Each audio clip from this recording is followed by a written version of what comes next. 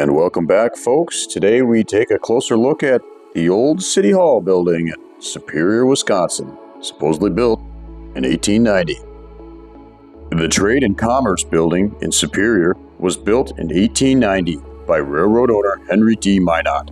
It later housed the city's offices and is thus referred to as, quote, Old City Hall. The architectural style is referred to as Richardson Romanesque, and the architect was Clarence H. Johnston of St. Paul.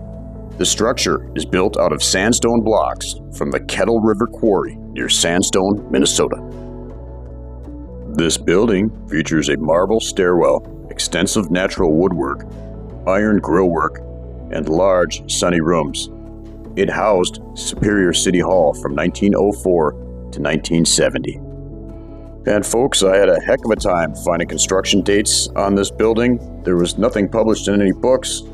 I had to go to the library in Superior a few different times and ended up looking at newspaper articles and microfilms.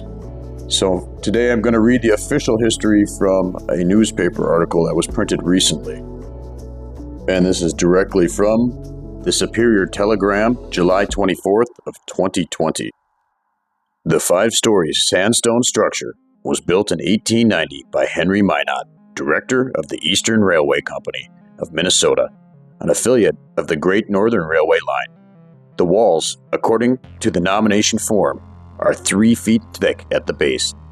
It was designed by Clarence Johnston, a prominent St. Paul architect who also designed the State Historical Society building and the State Office building.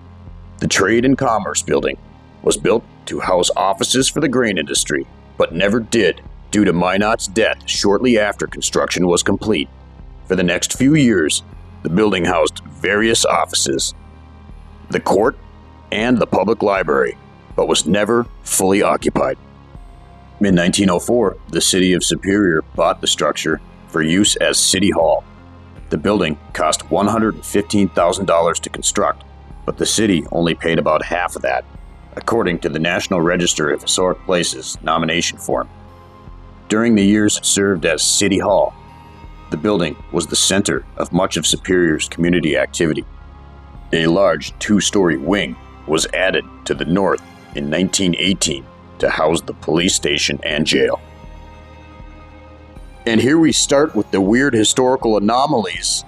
With my drone, I'd noticed that there's a former smokestack on the back of this building, yet in none of the pictures or renderings is there a smokestack included. And in fact, the only difference I've seen in this building from the old pictures is that they have since removed the cornice along the top of the building and it's exposed the yellow brick. And of course, some bricked-in arched windows. Gotta have those. And did you notice the buried floor and the mud-flooded windows all around this building?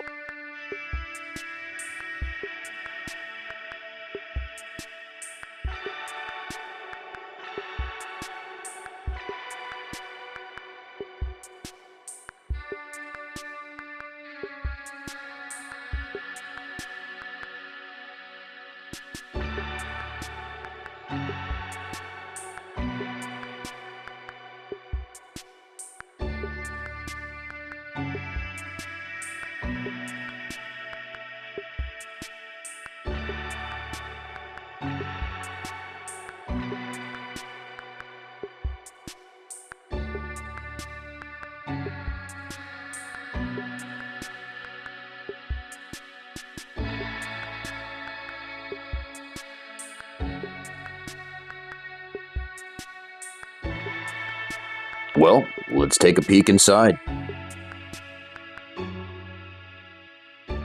And I came across articles saying that new owners had sold off a lot of the materials that were originally in the building.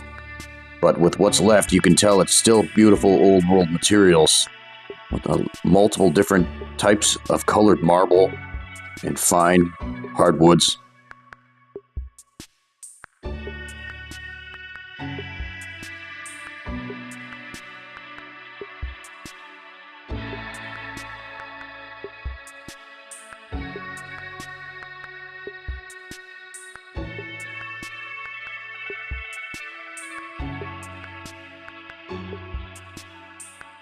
And how was it so easy back in 1890 to source different colored marbles like this?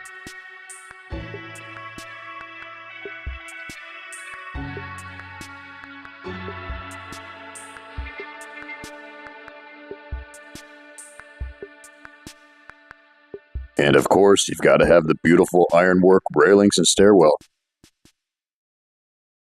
with some of our favorite symbols.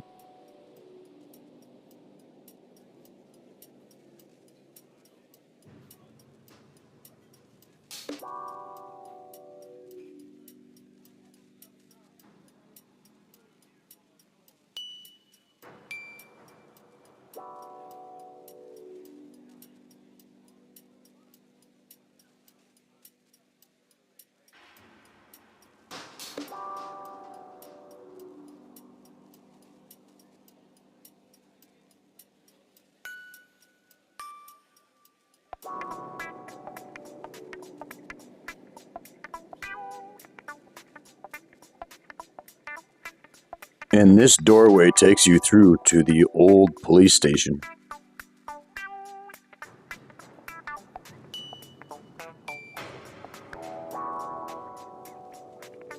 And they had to have pink marble stairs over here.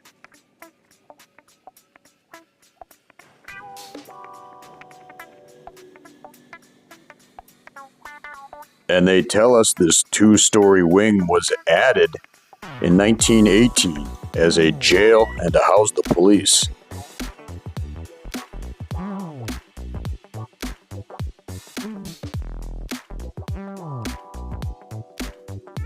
And of course, she's Romanesque, as you can see, and also has buried windows, very buried windows. So it doesn't make any logical sense. Did they dig this building in as well after?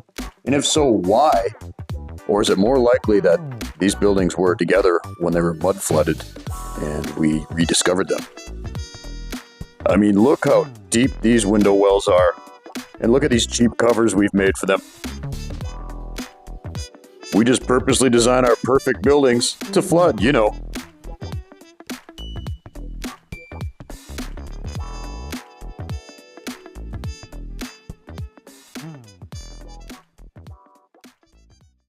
So here's where the narrative gets a little dicey. Clarence Howard Johnston Sr., the architect, was the first and only ever, quote, state architect, designing almost all of the state prisons, asylums, and university buildings.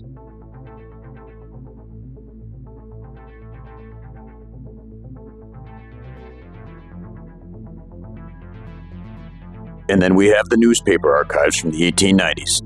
And from the Duluth News Tribune, plans and specifications for the Trade and Commerce Building received yesterday. And then I came across this article from the Superior Daily Call, West Superior, Wisconsin. Nearly all the contracts have been let for the building of the new Trade and Commerce Building, which will cost, when completed, in the neighborhood of $120,000. And the biggest inconsistency comes from the Evening Telegram, Superior, Wisconsin, Saturday, November 8th, 1890. And I quote, "The structure of which the above cut a fair picture was commenced early in the spring of the present year and has been in course of construction ever since, progress being slow on account of the substantial mode of construction which required the most careful supervision. The building is now rapidly nearing completion as far as the exterior is concerned and will be ready for occupancy in 3 months." And here's some buildings that old Clarence Johnston was supposedly designing and building during this exact same year.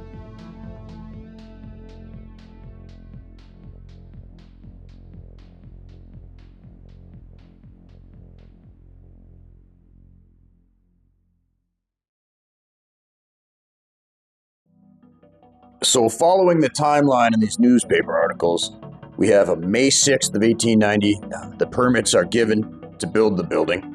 Then that summer in July, a few months later, all the contracts are clear, but then on November 8th of 1890, an article states that the building has already been up structurally since the spring, giving it less than 1 month build time for the outside. And then the inside was to be completed in a total of 8 months, being completed in mid-February of the next year. What do you think, folks? This sounds pretty unbelievable, does it not?